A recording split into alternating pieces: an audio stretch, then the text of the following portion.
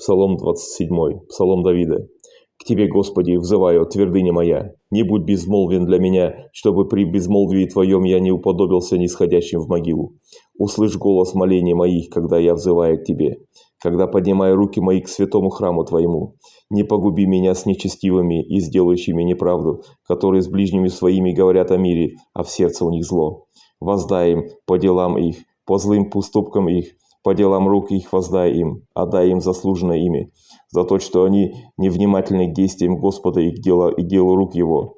Он разрушит их и созиждет их. Благословен Господь, ибо Он услышал голос молений моих. Господь, крепость моя и щит мой, на Него уповало сердце мое, и Он помог мне, и возрадовало сердце мое, и я прославлю Его песнью моею. Господь, крепость народа своего и спасительная защита помазанника своего.